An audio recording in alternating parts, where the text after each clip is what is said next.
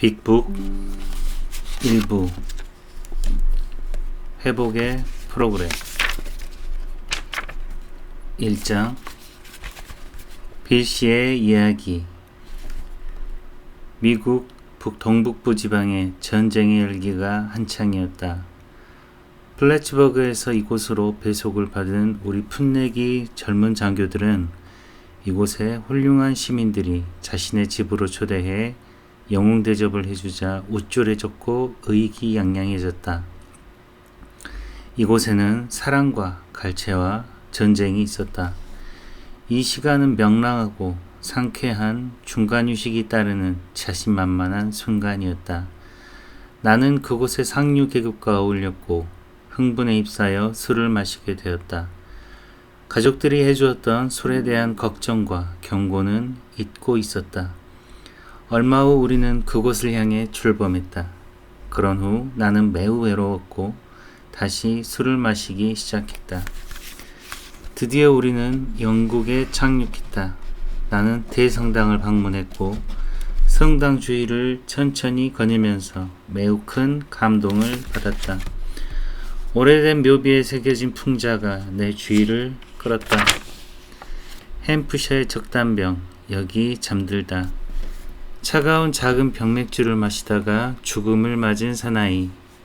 훌륭한 병사는 잊혀지지 않으리. 총탄으로 죽었든 술로 죽었든. 이것은 불길한 경고였지만 나는 마음에 두지 않았다. 전쟁이 끝나고 마침내 22살의 제향 군인으로 귀향하게 되었다. 내가 소속했던 포병중대에서는 내게 특별히 훈장을 주지 않았기 때문에 나는 지도자가 되는 공상을 했다. 지도력이라는 재능을 바탕으로 거대한 기업의 책임자가 되어 최상의 확신을 가지고 조직을 운영해 나가는 상상이었다. 그 후 나는 법학대학 야간학부에 다니면서 보험회사 조사원이라는 일자리를 얻었다. 성공의 전망이 보이는 듯 했다. 이에 내가 중요한 인물이라는 것을 모든 사람들에게 알리고 싶었다. 나는 사업관계로 뉴욕 금융가를 출입하게 되면서 차츰 주식시장에 흥미를 갖게 되었다. 많은 사람들이 돈을 잃었지만 어떤 사람들은 큰 부자가 되었다. 나라고 그렇게 되지 말라는 법이 있느냐는 생각으로 법률과 동시에 경제와 상거래에 관한 공부를 시작했다. 이때에도 알코올 중독자의 소질이 있던 나는 법과 과정에서 낙제할 뻔했다.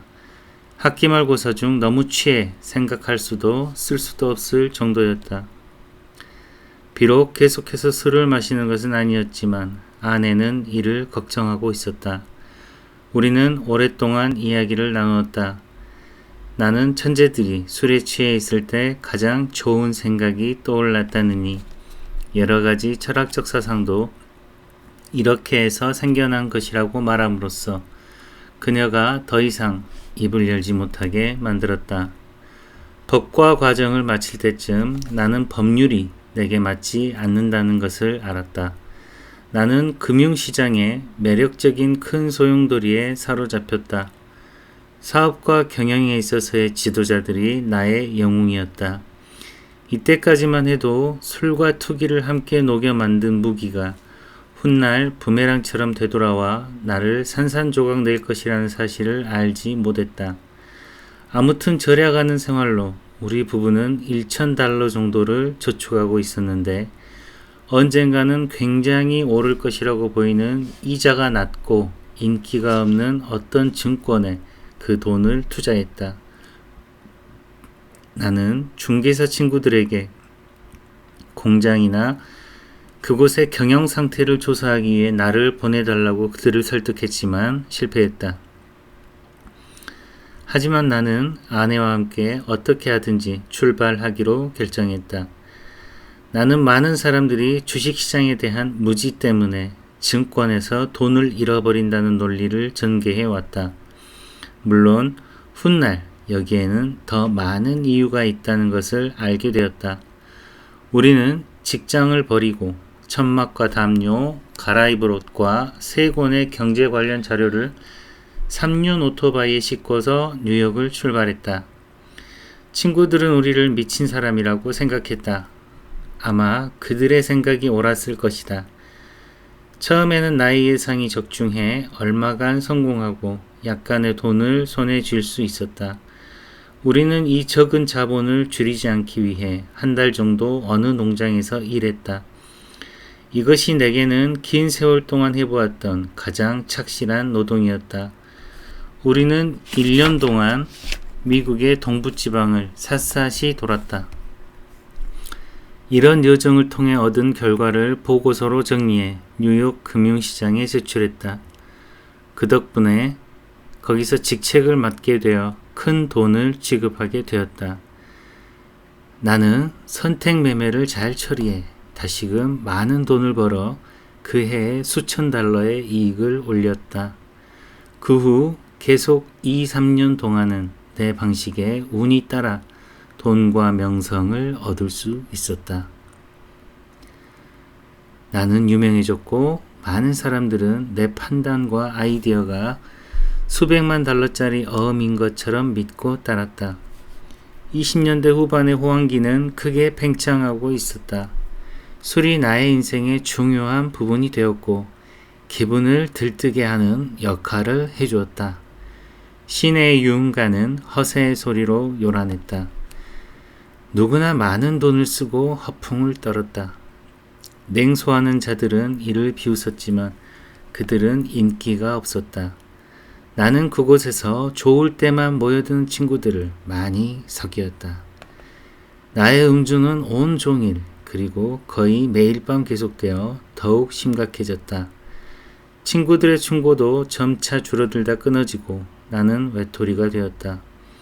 우리의 호화로운 아파트에서 갖가지 불유쾌한 장면들이 벌어졌다. 하지만 아내를 사랑하지 않는 것은 아니었기 때문에 실제로 부정한 일은 없었다. 그녀에 대한 동정으로 잠시나마 정신을 잃을 정도로 술에 취하는 것을 피하게 되었고 그때만큼은 곤란한 상태에서 벗어날 수 있었다. 1929년 나는 골프에 열을 올리기 시작했다. 우리는 즉시 시골로 내려갔고 내가 프로골퍼인 월터 해건을 따라잡기 시작했을 때 아내는 기뻐했다. 하지만 내가 월터 해건을 따라잡기보다는 술이 더 빨리 나를 따라잡았다. 나는 아침부터 신경과민 때문에 괴로웠지만 골프 덕분에 밤낮으로 술을 마실 수 있었다. 소년 시절 동경의 눈으로 보았던 전용 골프 코스를 도는 일은 즐거웠다. 나는 골프 선수처럼 살갗이 탔다. 그것은 내가 잘 나가는 사람이라는 표시였다. 지방의 은행가는 거액의 수표를 은행에 넣었다 뺐다 하는 나를 의심스러운 눈으로 바라보곤 했다. 1929년 10월 갑자기 뉴욕 증권시장에 대폭락이 닥쳐왔다. 지옥 같은 날이 지난 후 나는 비틀거리며 호텔 바에서 증권거래소로 향했다. 증권시장의 문이 닫힌 지 5시간이 지난 오후 8시였다. 주가 표시판은 아직도 소리를 내며 움직이고 있었다. 나는 그날 아침 50위에 거래되었던 XYZ-32라고 표시된 1인치짜리 테이프를 노려보았다. 나도 많은 다른 친구들처럼 끝장이 났다. 신문에는 금융가의 높은 탑에서 뛰어내려 자살한 경제계의 거물들에 대한 기사가 실렸다. 하지만 그 기사는 내게 현모감을 주었다. 나는 자살할 생각은 추호도 없었고 바로 술집으로 되돌아왔다. 친구들은 10시 이후에 수백만 달러를 손해보았다. 그것이 어떻단 말인가? 내일은 또 다른 하루가 아닌가? 하며 마시고 있는 동안에 지난날 성공하겠다던 굳은 결의가 다시 되살아났다. 다음 날 아침 나는 몬트리올에 있는 친구에게 전화를 걸었다.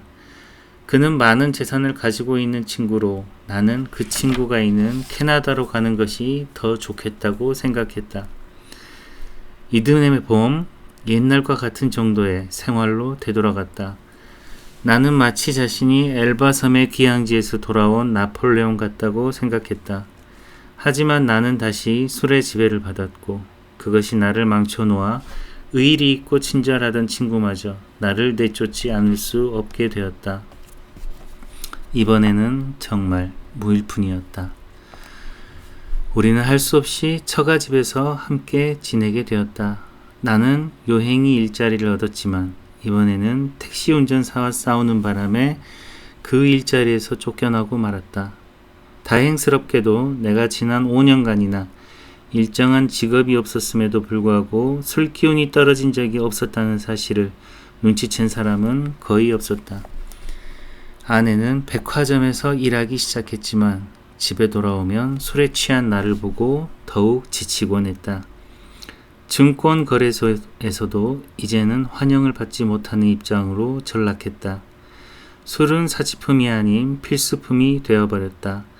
아침에 일어나자마자 한 잔, 하루 두세 병 마시는 것이 일과가 되었다. 간혹 작은 거래로 몇백 달러라도 건지면 술집과 식료품 가게의 외상값을 갚았다.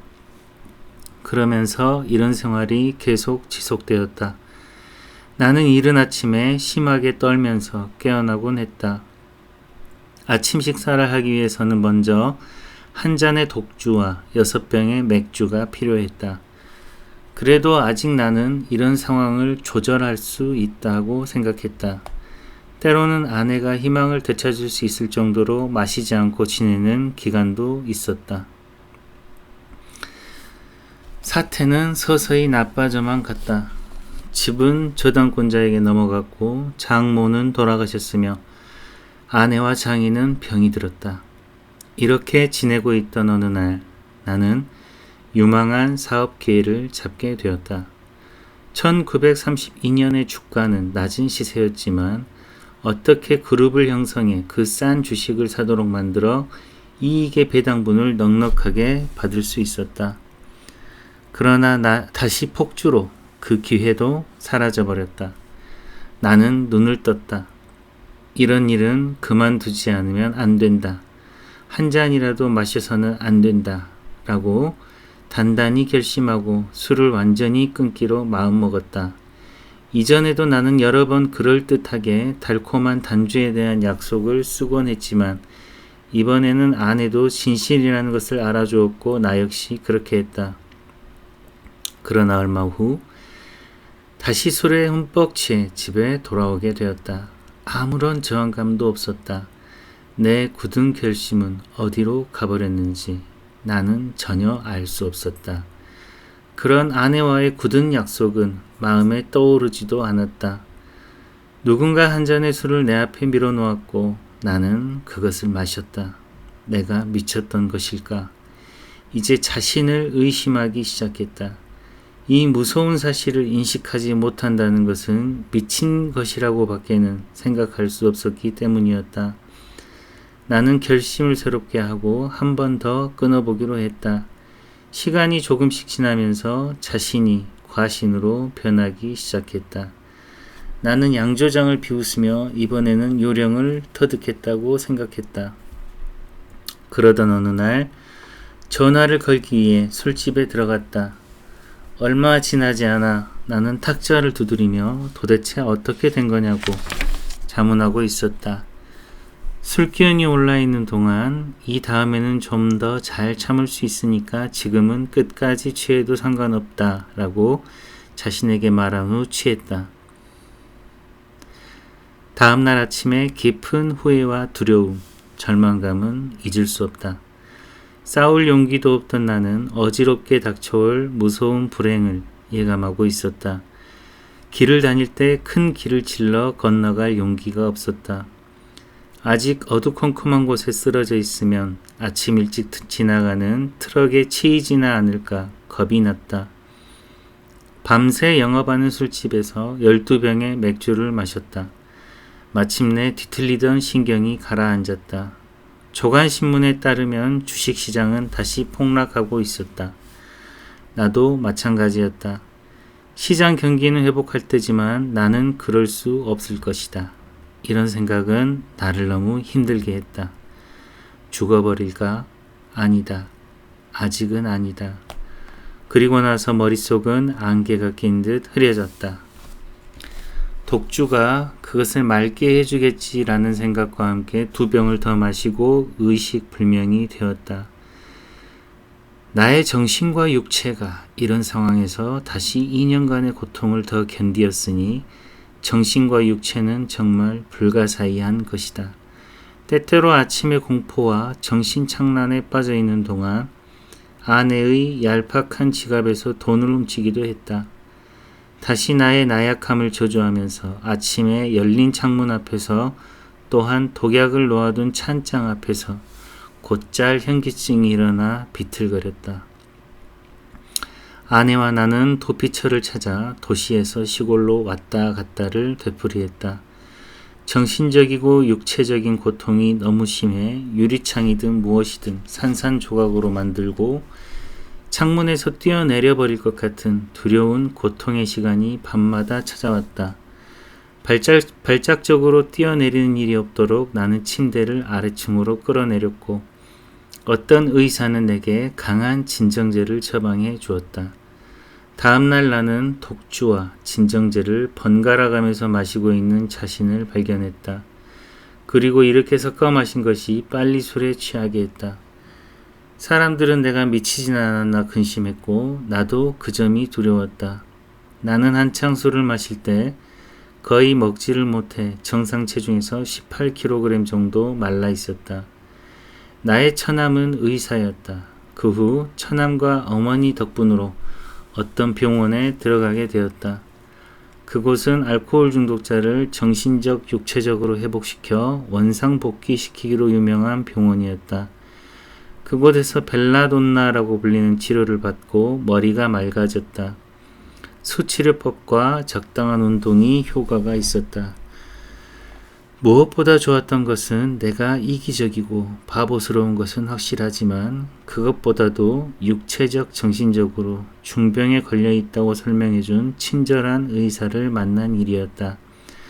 알코올 중독자의 경우 다른 면에서는 의지가 강한 편이지만 술과 싸울 때는 이상스러울 정도로 약해진다는 사실을 알게 되자 나는 얼마간 편안해졌다. 술을 끊고 싶다는 필사적인 결심에도 불구하고 내가 취했던 어처구니 없었던 행위들이 설명되었다. 이제 자신의 문제를 알았기 때문에 새로운 희망을 가지고 출발하기로 했다. 그런 후 서너 달은 몸 상태가 좋았다. 정기적으로 시내에 나가서 조금씩 돈을 모으기까지 했다. 자신을 안다는 것, 확실히 이것이 해답이었다. 그러나 그것만이 다는 아니었다. 내가 다시 한번 마셨을 때 그 무서운 날이 찾아왔기 때문이다. 나의 쇠약한 정신력과 허약한 육체는 스키의 내리막길처럼 급강하였다. 얼마 후 다시 병원으로 되돌아왔다. 이것으로 나는 끝이며 죽음인 듯이 보였다. 피로에 지치고 절망에 있던 아내는 다음과 같은 말을 듣게 되었다.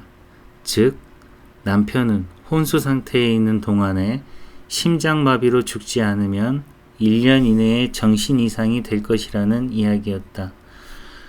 얼마 가지 않아 장의사나 정신병원에 나를 넘겨야 될 것이었다. 그들은 내게 말할 필요가 없었다. 나는 그 사실을 알고 있었고 오히려 그것은 반가울 정도였다. 그러나 나는 매우 자존심이 상했다. 내가 가진 재능과 난관을 극복하는 능력을 아주 좋게 생각해온 내가 끝내는 궁지에 몰리고 말았다. 이제 나는 먼저 이 길을 걸어간 알코올 중독자들의 끝없는 행렬에 끼어 암흑 속에 빠지게 되었다.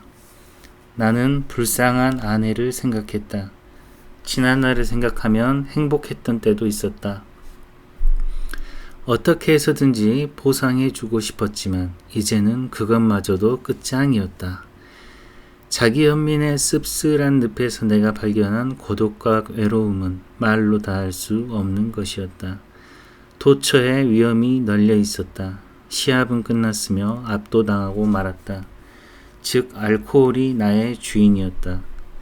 폐인처럼 떨면서 병원에서 나왔고 잠시 동안은 공포감이 술을 끊게 했다. 그러다 1934년의 휴전 기념일에 나도 모르는 사이에 또 그 첫 잔에 손을 댔고 연이어 다시 마시기 시작했다. 주위 사람들은 나를 어디에 가두어 두지 않는다면 비참한 최후를 맞이할 수밖에 없다고 체념하기 시작했다. 날이 새기 전의 새벽은 어쩌면 그렇게도 어두운 것일까? 사실 그것은 마지막 폭음의 시작이었다. 얼마 후 나는 존재의 4차원이라고 부르기 좋아하는 절망의 상태로 떨어지게 되었다. 시간이 지남에 따라 그 절망 속에 있는 것이 믿을 수 없을 만큼 행복하고 평화로우며 유용한 삶의 방식이라고 느끼게 되었다. 공연이 서글프던 11월 말 나는 우리 집 부엌에 앉아 술을 마시고 있었다. 그날 밤과 다음날 하루를 지탱할 수 있을 만큼의 술이 집안 여기저기에 숨겨져 있다는 사실에 꽤 만족스러웠다. 아내는 일하러 갔다. 나는 침대의 머리맡에 독주를 한 병 감추어 놓을까 어쩔까 망설이고 있었다. 새벽이 되기 전에 그것이 필요하기 때문이다. 나의 망설임은 전화 소리에 의해 중단되었다. 옛 동창생의 활기찬 목소리가 방문해도 좋을 것인지를 물어왔다. 그는 취해 있지 않았다. 그런 상태로 그가 뉴욕에 온 것은 내 기억으로는 몇 년 만의 일이었다. 나는 깜짝 놀랐다.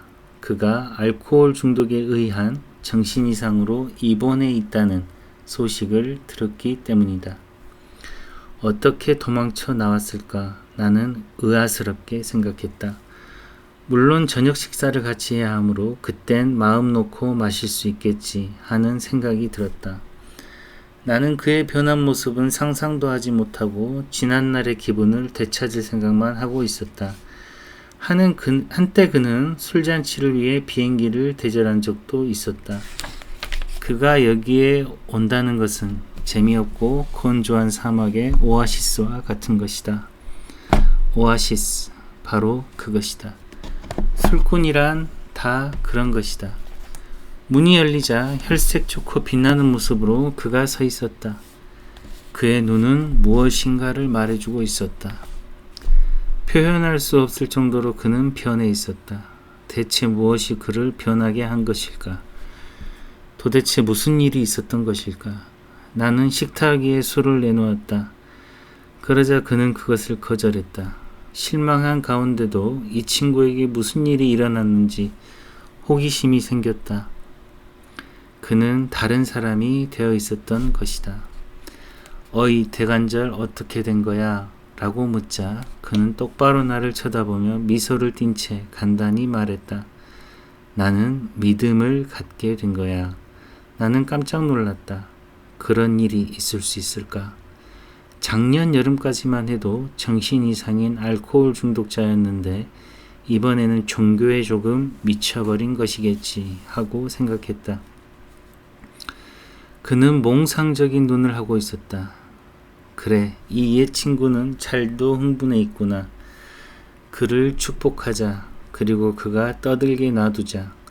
어차피 나의 술은 그의 설교보다 더 오래 버틸 수 있을 것이다. 그러나 그는 떠들지 않았다. 2명의 신사가 법정에 나타나서 판사에게 자신의 형량을 감해줄 것을 호소했다고 담담하게 말하는 것이었다. 그 사람들은 단순한 종교적인 생각을 실제적인 행동으로 옮기는 프로그램을 말해주었다. 그것은 2달 전의 일로 보는 바와 같이 효과가 있었다는 것이었다. 그는 만일 내가 그것을 들을 마음이 있다면 자신의 체험을 내게 전하기 위해 찾아왔다는 것이다. 나는 깜짝 놀랐지만 한편으로는 흥미도 있었다. 그는 확실히 나의 흥미를 자극시켰다. 그리고 그것은 당연했다. 나는 절망하고 있었으니까. 그는 몇 시간 동안 내게 이야기를 했다. 나는 어린 시절의 생각들이 되살아났다. 평화롭던 어느 일요일 언덕 위의 길가에 앉아서 들었던 설교자의 목소리가 다시 들려오는 듯 했다. 거기에는 내가 한 번도 설명하지 않은 단주 서약서가 놓여 있었다. 사람 좋은 할아버지는 어떤 신자들과 그들의 행동을 약간 경멸하고 계셨다. 종교의 본질은 좋은 것이지만 각 사람이 그것을 어떻게 들을까를 결정할 권리가 설교자에게는 없다고 주장하고 계셨다.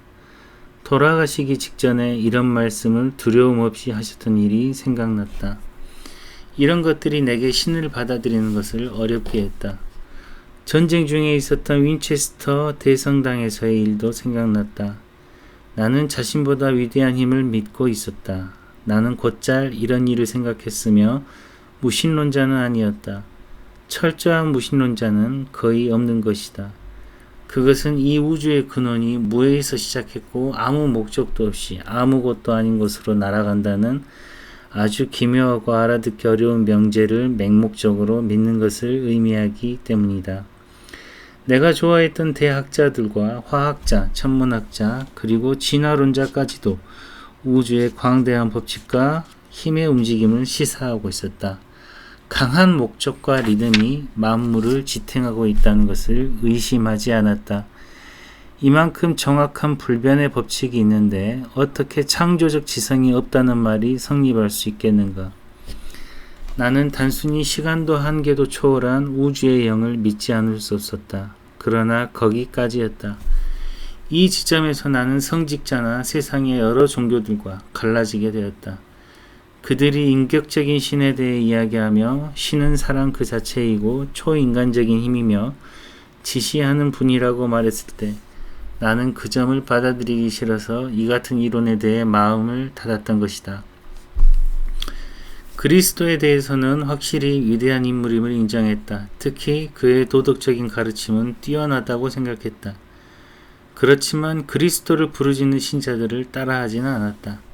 즉 내게 편리하고 너무 어렵지 않은 부분만을 받아들였고 그 외의 것은 무시했던 것이다. 나는 이제까지 종교론에 일어났던 전쟁이나 분쟁, 화형이나 궤변 등에 대해 역겨움을 느꼈다.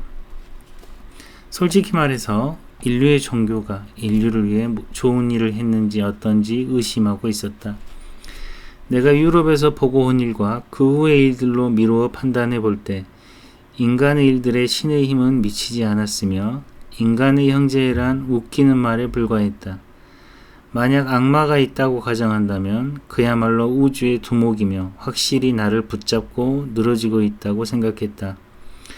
그러나 친구는 내 앞에 앉아서 그가 자기를 위해 할 수 없었던 일을 신이 그를 위해 해주었다고 딱 잘라 말하는 것이었다. 그의 인간적인 의지는 실패할 뿐이었으며 의사들은 가망이 없다고 말했고 사회는 그를 가두어두려고 했다. 지금의 나와 같은 처지로 그는 완전히 실패를 인정해야만 했다. 그 다음에 그는 정말로 죽음으로부터 되살아났다. 돌연 쓰레기 더미에서 이전에 그가 경험했던 최고의 상태보다 더 훌륭한 수준으로 끌어올려진 것이다. 그런 힘이 그의 안에서 생겨났을까? 분명히 그렇지는 않았다. 그 당시 그에게는 내 안에 있는 힘 이상의 힘은 없었다. 결국 아무 힘도 없었다는 것이다. 이 일은 나를 압도했다. 결국 심신 깊었던 사람들이 옳았던 것으로 보이기 시작했다. 사람의 마음을 움직이는 무엇인가가 있어서 불가능한 일을 해낸 것이다. 기적에 대한 생각이 철저하게 변한 것은 바로 이때였다. 곰팡내 나는 과거는 마음에 둘 필요가 없었다. 식탁을 사이에 두고 눈앞에 기적이 앉아있는 것이다. 즉 그는 위대한 복음을 내게 가져온 것이다. 나는 친구가 내면적인 것 이상으로 변한 것을 보았다. 그는 다른 토대 위에 서 있었다. 그의 뿌리는 새 흙을 움켜쥐고 있었던 것이다. 친구의 살아있는 경험에도 불구하고 내 안에는 낡은 편견의 흔적이 남아있었다. 신이란 말에 아직도 저항감을 느꼈다. 내 자신에 대해 개별적인 관심을 갖는 신이 존재한다는 것에 생각이 미쳤을 때 이 감정은 강해졌다. 나는 그런 생각을 좋아하지 않았다. 조물주와 우주의 지성, 자연계의 영과 같은 신의 개념은 좋지만 천국의 왕이라는 개념에는 그 자체가 자비 깊은 것이라 할지라도 저항감을 느꼈다. 그래서 나는 나와 같이 느끼고 생각하는 사람하고만 이야기를 하고 지내왔다. 친구는 그때 아주 좋은 의견을 내놓았다. 자네는 자신에게 맞는 신의 개념을 선택하면 되는 거야. 이 말은 나를 강하게 후려쳤다. 그것은 오랫동안 내가 그 그늘 속에서 떨며 살아왔던 지성의 빙산을 녹여주었다. 드디어 나는 양지 위에 서게 되었다. 이제야 나는 자신보다 위대한 힘을 믿을 마음이 생겼다. 믿음의 출발을 위해 그 이상은 아무것도 요구되지 않았다. 그것은 다만 나보다 위대한 힘을 기꺼이 믿으려는 용의가 있느냐 없느냐의 문제일 뿐이었다. 바로 이 점에서 성장이 시작될 수 있다는 것을 알았다. 기꺼이 하겠다는 마음의 기초 위에 친구를 통해 본 것을 쌓아 올릴 수 있을 것이다. 해볼까? 좋다. 해보자. 이렇게 해서 나는 우리가 진심으로 신을 갈망할 때 신은 우리 인간을 배려해 주신다는 사실을 확신하게 되었다. 드디어 나는 보고 느끼고 믿을 수 있었다. 자만심과 편견의 비늘이 내 눈에서 떨어져 나갔다. 즉 새로운 세계가 눈앞에 전개된 것이다. 이때 나는 대성당에서 체험한 진정한 의미를 다시 깨닫게 되었다. 짧은 순간 나는 신을 필요로 하고 열망했으며 그를 내 안에 맞이하고 싶다는 겸손한 소원이 있었다. 그러자 그는 와주셨다. 그러나 얼마 되지 않아 그와 함께 계시다는 느낌은 자신 안에 있는 세속적인 소란에 의해 없어져 버렸다. 그리고 그 후에도 그러했다. 결국 나는 지독한 장님이었던 것이다. 마지막으로 나는 병원에서 알코올로부터 격리되었다. 그것은 현명한 치료법이었다. 내가 정신착란의 증세를 보이기 시작했기 때문이었다. 거기서 나는 내가 이해하게 된 대로의 신께 당신의 뜻대로 내게 해주시기를 바라면서 겸손하게 자신을 바쳤다. 그리고 전적으로 내 자신을 그의 보호와 지시에 맡겼다. 나는 처음으로 내가 정말 아무것도 아니며 신 없이 살 수 없다는 것을 깨달았다. 나는 가차없이 나의 죄와 대면했고 새로운 친구인 신에게 나의 죄들을 뿌리채 뽑아주실 것을 부탁했다. 나는 그 이후 지금까지 마시지 않고 있다. 학교 때 친구가 찾아왔을 때 나의 문제와 결점을 그에게 모두 털어놓았다. 우리는 나 때문에 상처를 받았던 사람들과 내가 원망했던 사람들의 명단을 만들었다. 그리고 나는 이들 개개인을 찾아가서 나의 잘못을 진정으로 사과하고 싶었다. 그 사람들의 일은 결코 비판하지 않겠다. 내가 할 수 있는 데까지 이 모든 일들을 바로잡고 싶었다. 나는 새로운 신의 개념으로 나의 생각들을 평가해 보려고 노력했다. 이렇게 해서 상식이 상식을 넘는 것이 되었다. 의심이 생길 때마다 문제에 직면할 수 있는 방향과 힘을 주실 것을 구하며 조용히 앉아있기로 했다. 다른 사람에게 쓸모있는 인간이 되게 해주시는 일 이외에 어떤 것도 결코 내 자신을 위해서는 기도하지 않기로 했다. 이렇게 해야지만 나는 신으로부터 힘을 받을 수 있을 것이라고 생각했다. 하지만 이렇게 하는 것은 내게는 엄청난 일이었다. 이런 일들을 함으로써 나는 신과 새로운 관계를 맺게 되는 것이라고 친구는 내게 말해주었다. 그것은 삶에 있어서 모든 문제의 해답이 되는 요소를 갖게 되는 것을 말한다. 신의 능력에 대한 믿음과 사물의 새로운 질서를 세우고 유지하는 데는 기꺼이 하겠다는 자세와 정직 그리고 겸손이 기본적으로 필요한 것이다. 간단하지만 쉬운 일은 아니다. 그러나 대가는 치러야 했다. 이것은 자기중심적인 것을 파괴하는 것을 의미했다. 모든 일에 있어서 우리 모두를 비추시는 신께로 향해야만 했다. 이런 일들은 커다란 변화와 철저함을 요구하는 것이었지만 내가 그것을 온전히 받아들이는 순간 놀라운 효과가 나타났다. 내가 지금까지 경험해보지 못했던 평화와 평온함이 따르는 승리의 느낌이었다. 거기에는 완전한 신뢰가 있었으며 자신이 높이 들어 올려져 산 위에서 부는 아주 깨끗한 바람으로 씻겨지는 것 같은 느낌이 들었다. 대부분의 사람들에게 신은 서서히 오셨지만 내 경우에 신은 돌연히 그리고 깊게 와주셨다. 나는 순간 당황했다. 친구인 의사를 불러 내가 아직 제정신인가를 묻자 그는 내 이야기를 듣고 놀랐다. 그런 후 마지막에 가서 머리를 갸웃거리며 말했다. 자네에게는 내가 알 수 없는 어떤 일이 일어난 것 같네. 자네는 그것에 매달리는 것이 좋겠어. 무엇이 되든 간에 이제까지의 자네보다는 더 좋게 될 테니까. 이 훌륭한 의사는 아마 이제까지 나와 같은 경험을 한 사람들을 많이 보아왔을 것이다. 그리고 그들의 말이 진실이라는 것도 알고 있을 것이다. 입원을 하고 있는 동안 많은 수의 구제불능인 알코올 중독자들도 내가 이렇게 무상으로 받은 것을 얻을 수 있다면 기뻐할 것이라는 생각이 떠올랐다. 아마 나는 그들 중 몇 사람을 도울 수 있을 것이다. 그리고 그들은 또한 다른 사람들을 도울 수 있을 것이다. 친구는 이런 원리를 모든 일에 있어서 드러내는 일이 절대로 필요하다고 말했다. 특별히 그가 나와 함께 했듯이 다른 사람들과 함께 해나가는 일이 중요한 점임을 강조했다. 또한 그는 행동이 없는 믿음은 죽은 것이라고 말했다. 알코올 중독자에게 있어서 이것이야말로 깜짝 놀랄 만한 진리이다. 만일 알코올 중독자가 타인을 위한 일과 자기 희생을 통해 자신의 영적 생명을 키우고 향상되지 못한다면 어떤 시련이나 결점을 이겨내고 살아남을 수 없기 때문이다. 만일 행동하지 않는다면 그는 분명히 다시 마실 것이다. 그리고 다시 마시게 된다면 결국 죽고 말 것이다. 그렇게 되면 믿음도 역시 죽은 것이 된다. 우리의 경우도 이와 마찬가지다. 아내와 나는 우리의 일을 제쳐놓고 다른 알코올 중독자의 문제를 해결할 수 있도록 도와주자는 생각에 열중했다.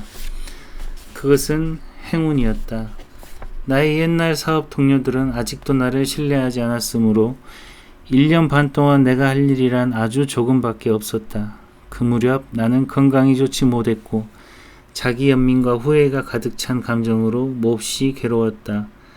때때로 거의 다시 술에 끌려갈 것 같았지만 즉시 나는 모든 일이 쓸모없게 되어도 다른 알코올 중독자를 돕는 일을 하는 것으로 하루하루 내가 구원되고 있음을 깨닫게 되었다. 나는 몇 번이나 절망에 빠져 과거에 내가 입원했던 병원을 찾아갔다. 하지만 거기에서 다른 사람과 이야기하는 동안에 이상하게도 힘을 얻어 다시 내 발로 설 수 있게 되었다. 이것이 고통스러울 때 필요한 생활의 지혜였다.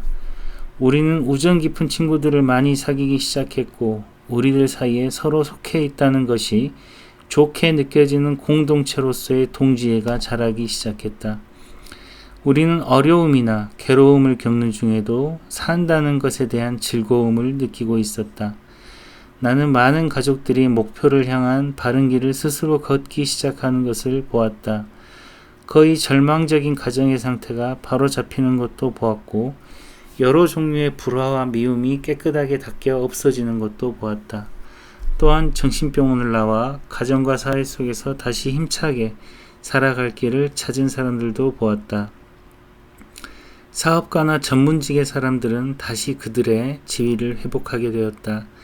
우리들 안에 극복하지 못한 문제나 비참한 상태는 거의 없었다. 서부의 한 도시와 그 근교에는 1,000명 정도의 우리 동지와 그 가족이 있다. 우리는 새로 나온 사람들이 소속감과 우정을 느끼게 하기 위해 자주 모임을 가졌다. 보통 50명에서 200명 정도 모임에 참여하고 있다. 우리는 수적으로도 많아졌고 힘도 잘하게 되었다. 술에 빠져있는 알코올 중독자는 사랑스럽지 못한 존재이다. 그들과 함께하는 우리의 일은 때로는 우습기도 하고 서글프기도 하며 여러가지 어려움도 많다. 한 불쌍한 남자는 내 집에서 자살을 하기도 했다. 그는 우리가 살아가는 방법을 알 수 없었거나 알아보려는 노력조차 하지 않았는지도 모르겠다. 그럼에도 불구하고 이 일에는 커다란 기쁨이 있다. 어떤 사람들은 우리의 경박한 태도에 놀랄지도 모른다. 그러나 바로 그 밑에는 필사의 진지함이 깃들어 있다.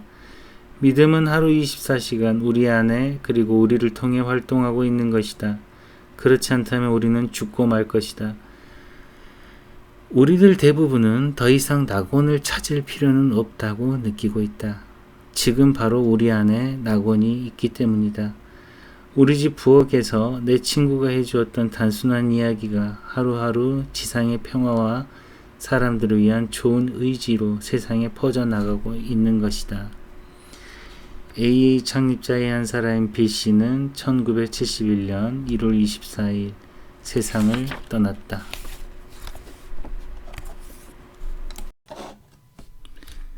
(2장) 해결책은 있다. A의 많은 멤버들은 한때 빌 씨와 같이 절망적이었던 남녀들이었다. 이제는 거의 다 회복되었고 술 문제를 해결한 것이다. 우리는 평범한 사람들이다. 이 나라의 여러 지방에서 갖가지 직업에 종사하고 있으며 서로 다른 정치적, 사회적, 경제적, 그리고 종교적 배경을 가지고 있다. 알코올 중독이 아니었을 때 우리는 서로 교류하지 않는 사람들이었지만 우리들 사이에는 말로 표현할 수 없을 정도로 훌륭한 동지애와 사랑과 이해가 있다. 우리는 난파에서 구조된 직후 대형 선박에 옮겨 탄 승객과도 같다. 거기에는 3등 객실에서부터 선장석에 이르기까지 배 안 가득 우애와 즐거움과 평등하다는 느낌이 충만하고 있다. 그러나 재난에서 벗어난 우리의 기쁨은 배를 탔던 승객들의 감정과는 달리 각자가 자신의 생활을 계속하게 될 때 없어지는 것은 아니다. 공동의 위험을 서로 나누어 가졌다는 느낌은 우리를 한데 묶어주는 강력한 접착제, 바로 그것이었다. 하지만 공동의 위험 그 자체만 가지고는 결코 우리가 지금처럼 일치와 단결을 지속할 수는 없는 것이다. 우리들 한 사람 한 사람에게 있어서 중대한 사실은 우리가 공동의 문제에 대한 해결책을 발견했다는 점이다. 우리는 우애 깊은 형제처럼 조화를 이룬 행동으로 함께 할 수 있는 해결의 길을 갖게 된 것이다. 이것이 알코올 중독으로 고생하고 있는 사람들에게 이 책이 가져다 준 기쁜 소식이다. 이 병은 우리는 이것을 병이라고 믿게 되었는데 인간이 걸리는 다른 어떤 병에서도 있을 수 없는 방법으로 주위 사람들을 말려들게 한다. 만약 누군가가 암에 걸렸다면 모두들 불쌍히 생각하며 그들에게 화를 내거나 상처를 받지 않는다. 그러나 알코올 중독이란 병에 대해서는 그렇지 않다.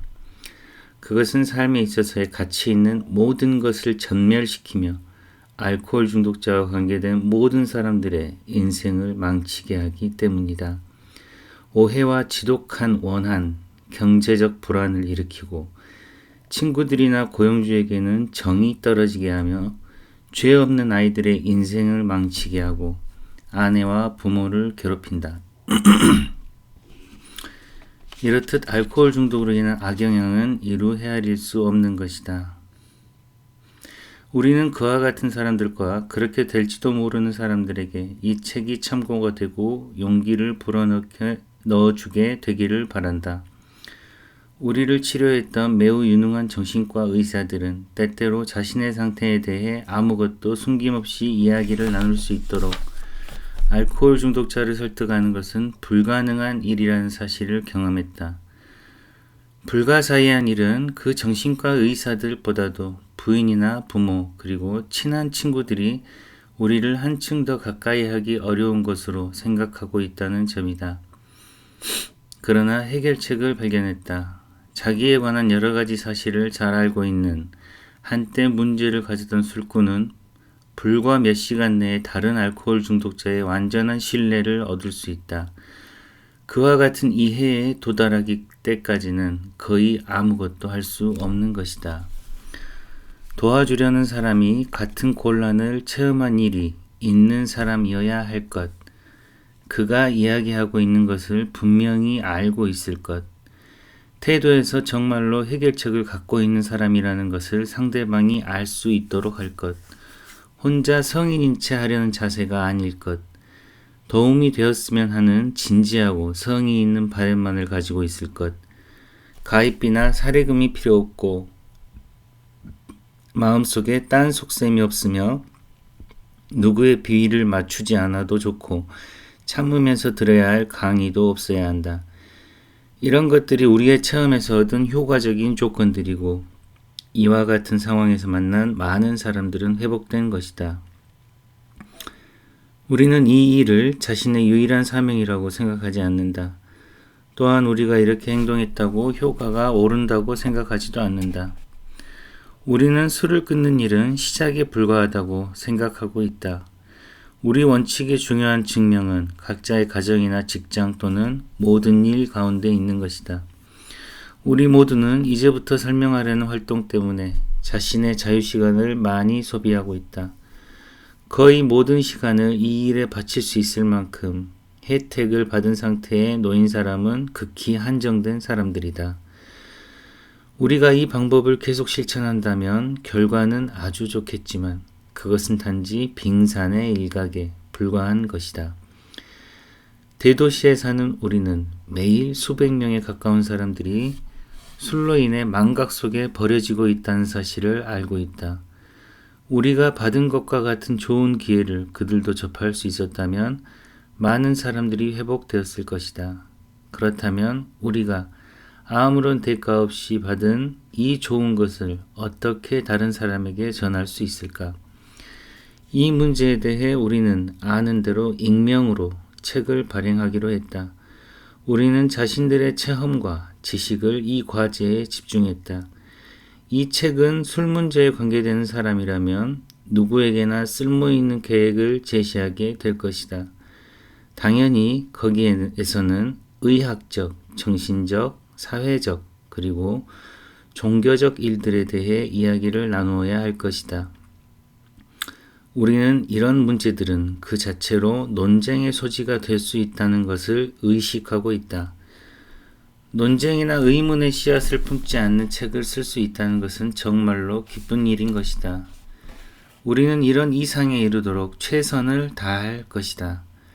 다른 사람의 결점이나 그들의 관점에 대해 관용을 베풀고 의견을 존중하는 일이야말로 다른 사람에게 필요로 하는 사람이 되게 하는 태도라고 우리들 대부분은 느끼고 있다. 한때 문제의 술꾼이었던 사람으로서 우리의 진정한 인생은 끊임없이 다른 사람의 일을 생각하고 그들의 필요를 어떻게 도와줄 수 있느냐에 달려있는 것이다. 이미 당신은 우리들 모두가 술 때문에 이토록 몹시 병이 난 것은 무엇 때문인가 라고 자문했을 것이다. 의심할 것도 없이 당신은 대부분 전문가의 의견과는 반대로 우리가 정신과 육체의 절망적인 상태에서 어떻게, 왜 회복되었는지를 알고 싶어 할 것이다. 만일 당신이 술을 끊기를 원하는 알코올 중독자라면 벌써 나는 무엇을 해야 하는가 라고 질문했을 것이다. 그와 같은 질문에 하나하나 대답하는 것이 이 책을 쓴 목적이다. 이제부터 그동안 우리가 무엇을 했는지에 대해 이야기하겠다. 자세한 토론에 들어가기에 앞서 몇 가지 점을 요약할 필요가 있다. 사람들은 얼마나 자주 우리에게 말했던가. 나는 마실 수도 있고 마시지 않을 수도 있다. 어째서 그는 할 수 없는가? 어째서 당신은 신사처럼 마시거나 끊을 수 없는가? 저 친구는 술을 조절하지 못해. 맥주나 포도주를 마시면 어떻습니까? 독한 술은 이제 그만두십시오. 그는 의지가 약해. 끊으려고 노력만 한다면 언제든지 끊을 수 있다. 그의 아내는 너무 좋은 여자다. 분명히 그녀를 위해서도 끊으려고 할 것이다. 이번에 또 마시면 생명에 지장이 있다고 의사가 말했는데도 불구하고 아직 저분은 정신을 못 차리고 있다. 이것이 우리가 언제나 듣는 술꾼들에 대한 보통의 견해이다. 일반 사람들의 무지화, 오해 때문에 이런 견해가 나타나는 것이다. 우리와 아주 다른 반응을 보이는 사람들에 한해서 이런 말들이 들어맞다는 사실을 알고 있다.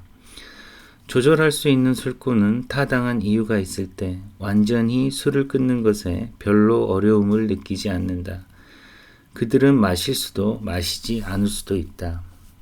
또한 정도가 심한 술꾼도 있다. 그는 육체적으로나 정신적으로 점차 그를 해칠 나쁜 술버릇을 지니고 있기 때문에 술이 그의 정상적인 수명보다 2, 3년 더 빨리 죽는 원인이 되기도 한다. 만일 강력한 이유, 건강의 악화, 사랑에 빠짐, 환경의 변화, 의사의 경고가 있으면 물론 어려움에 부딪히고 의학적인 치료가 필요하게 될지도 모르지만 어쨌든 단주하거나 절제할 가능성이 있을 것이다. 그러나 진짜 알코올 중독자라면 어떤 사람인가? 그 사람도 처음에는 조절할 수 있는 술꾼과 같은 모습이었는지도 모른다. 그는 계속 애주가가 될지도 모르고 안 될지도 모르지만 음주력이 있는 단계에서 그는 한 번 마시기 시작하면 음주에 대해서는 전혀 조절을 못하게 된다. 여기 당신을 어리둥절하게 하는 사람이 있다.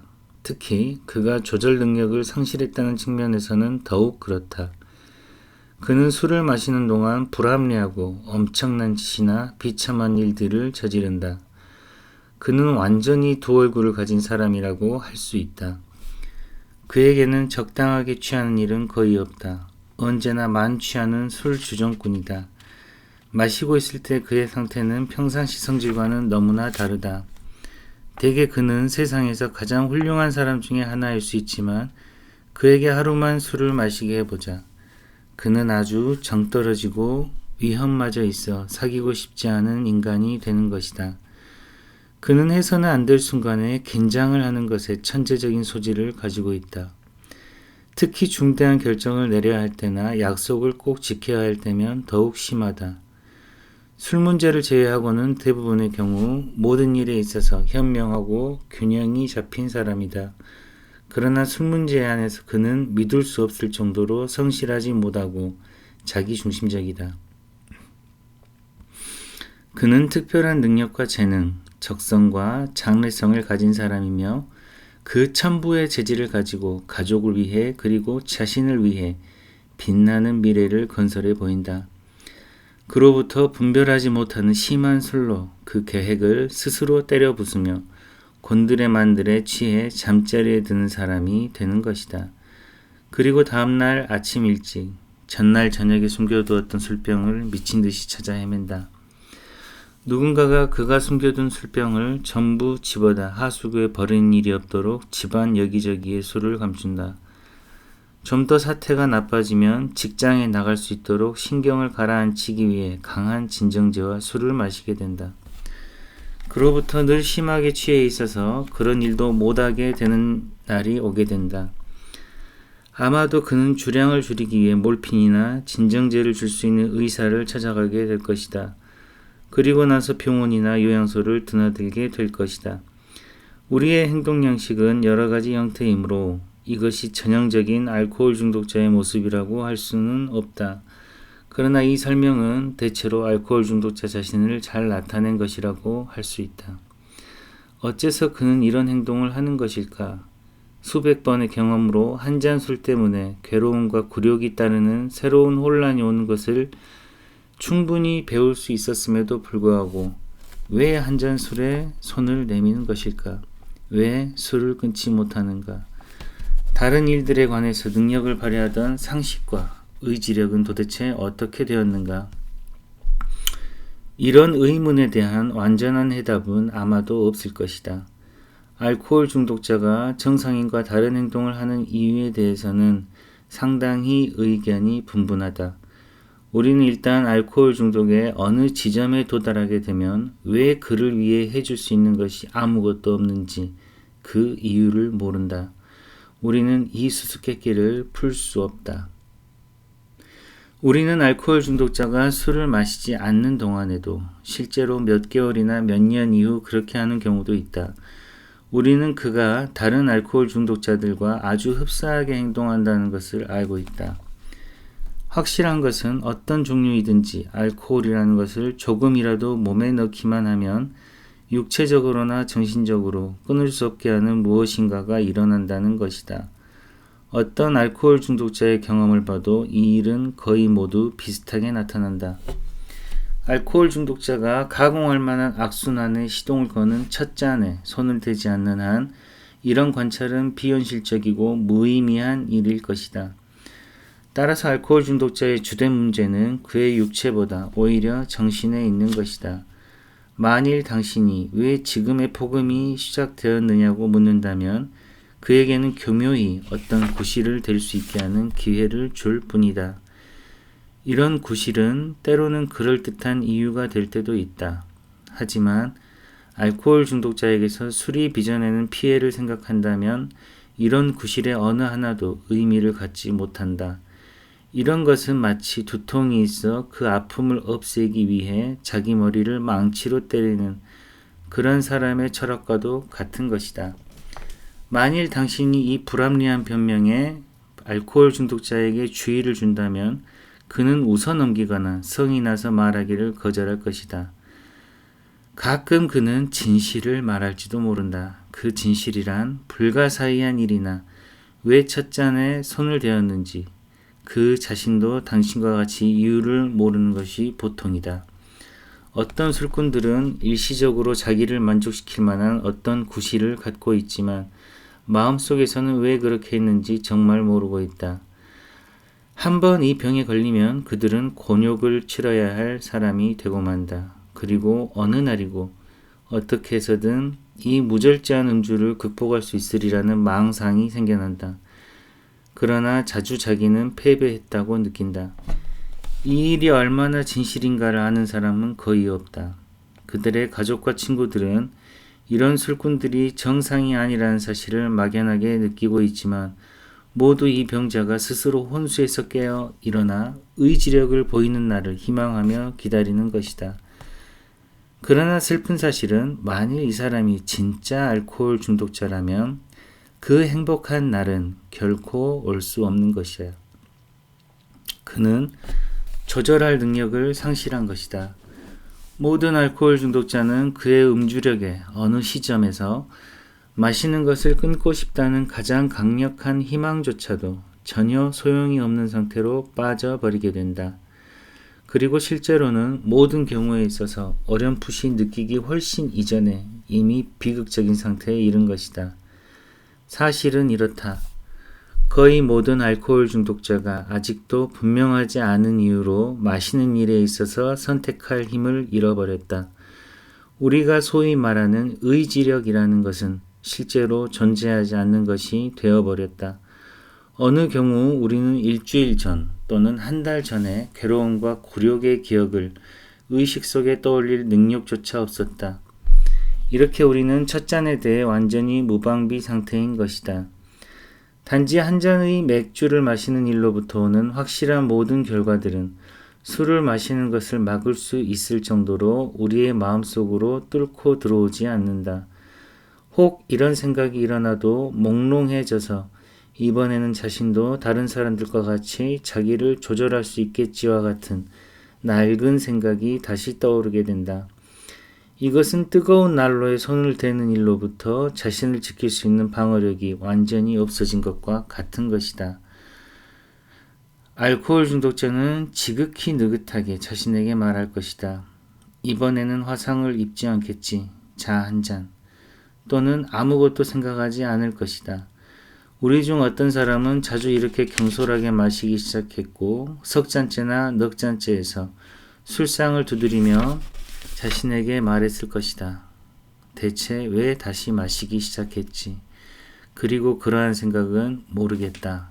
6잔으로 끝내자. 혹은 될 대로 되라 라는 생각으로 변할 뿐이었다.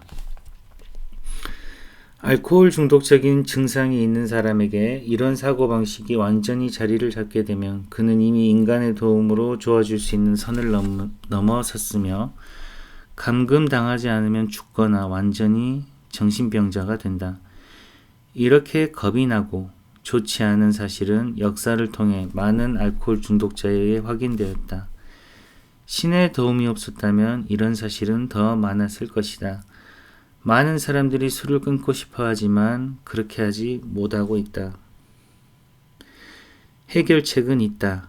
자신을 진실로 돌아보는 일, 자존심을 누르는 일, 자신의 결점을 고백하는 일들은 성공적으로 술을 끊기 위해 요구되는 과정들이지만 이런 것들을 좋아하는 사람은 아무도 없을 것이다. 그러나 우리는 그것이 다른 사람들에게 효과가 있다는 것을 알게 되었고 자신이 살아온 인생의 절망과 쓸모없음을 믿게 되었다. 이런 연유로 문제가 해결된 사람들이 말을 걸어왔을 때 우리에게는 발 아래 놓여있는 이 간단한 영적 도구를 집어드는 일만이 남아 있었던 것이다. 우리는 이제 낙원을 발견하고 이제껏 꿈에도 몰랐던 4차원의 세계로 뛰어든 것이다. 위대한 사실은 다름 아닌 바로 이것이다. 즉 우리는 인생에 대한, 동지에 대한, 그리고 신의 세계에 대한 태도를 혁명적으로 변화시킨 깊고도 효과적인 영적 체험을 갖게 되었다는 것이다. 오늘날 우리 인생의 중심이 되는 사실은 조물주가 대단히 기적적인 방법으로 우리의 마음과 생명 한가운데로 들어오셨다는 절대적인 믿음이다. 신은 우리 자신만으로는 결코 해내지 못했던 일들을 우리를 위해 이루어 주시기 시작한 것이다. 가령 당신이 우리와 같은 심한 알코올 중독자라면 미봉책은 아무런 소용이 없다. 우리는 더 이상 살아갈 수 없는 지점에 있는 것이다. 만일 우리가 인간의 도움으로는 되돌릴 수 없는 지점에 이르렀다면 양자택일의 길밖에 없다. 하나는 견딜 수 없는 상태를 잊고 돌진해 비참한 최후를 맞는 일이고 다른 하나는 영적인 도움을 받아들이는 일이다. 우리는 후자를 택했다. 진심으로 그것을 원했고 노력해 보려고 생각했기 때문이다. 어떤 미국의 실업가는 재능과 상식과 좋은 성격을 갖추고 있었다. 그는 몇 년을 이 병원에서 저 병원으로 전전하며 옮겨 다녔다. 그러던 어느 날 미국에서 가장 유명한 정신과의 문을 두드렸다. 그리고 유럽에 건너가 유명한 의사이며 심리학자인 융 박사에게 치료를 받았다. 지금까지의 경험으로 반신반의했던 그는 전에 없었던 확신을 가지고 치료를 받았다. 그의 육체적 정신적 상태는 보통 이상으로 양호했다. 무엇보다도 그의 정신의 내적 구조에 대해 깊은 지식을 얻었기 때문에 재발할 것이라고는 생각하지 않았다. 그럼에도 불구하고 그는 얼마 가지 않아 다시 취해버렸다. 더욱 불가사의한 것은 자신의 실패에 대해 스스로 납득할 수 있는 설명을 할 수 없었다는 점이다. 그러자 그는 존경하는 의사에게 돌아가 단도직입적으로 자기는 왜 회복하지 못하느냐고 물었다. 그는 무엇보다도 더 자제할 수 있는 힘을 회복하고 싶다고 말했다. 그는 다른 문제들에 대해서는 합리적이고 균형이 잡혀있는 사람이었다. 그러나 술에 관한 한 전혀 조절할 수 있는 능력이 없었다. 어째서 그런 것일까? 그는 의사에게 진실을 말해줄 것을 간청했고 그 가르침을 받았다. 의사의 판단에 따르면 그는 전혀 가망이 없으며 사회에서 그의 위치를 다시 찾을 수 없을 것이라고 했다. 또한 그가 오래 살기를 원한다면 스스로를 감금하거나 경호원을 고용해야만 할 것이라고도 했다. 이것이 위대한 의사의 의견이었다. 그러나 그 남자는 아직 살아있고 자유로운 인간이다. 그는 감금되지도 않았고 경호원 없이 어디든지 다닐 수 있다. 그가 단순한 태도를 지속적으로 유지해 나가는 한 다른 자유로운 사람이 문제없이 갈 수 있는 길이라면 세계 어디라도 갈 수 있다. 알코올 중독자인 어떤 독자는 영적 도움 없이 이것을 할 수 있다고 생각할지도 모른다. 좀 더 이 실업가와 의사의 대화를 들어주기 바란다. 의사가 말했다. 당신은 만성 알코올 중독자의 정신을 갖고 있습니다. 당신과 같은 정신 상태를 가지고 회복한 경우를 본 적이 하나도 없습니다. 우리 친구는 머리 위에서 지옥의 문이 소리를 내며 닫히는 것 같은 느낌이 들었다. 그는 의사에게 말했다. 예외는 없습니까? 그러자 의사는 있습니다 라고 대답했다. 당신과 같은 경우에 처해 있는 환자의 경우는 예전부터 있어 왔습니다. 때때로 여기저기서 알코올 중독자들은 소위 말하는 살아남기 위한 영적 체험을 가졌던 것입니다.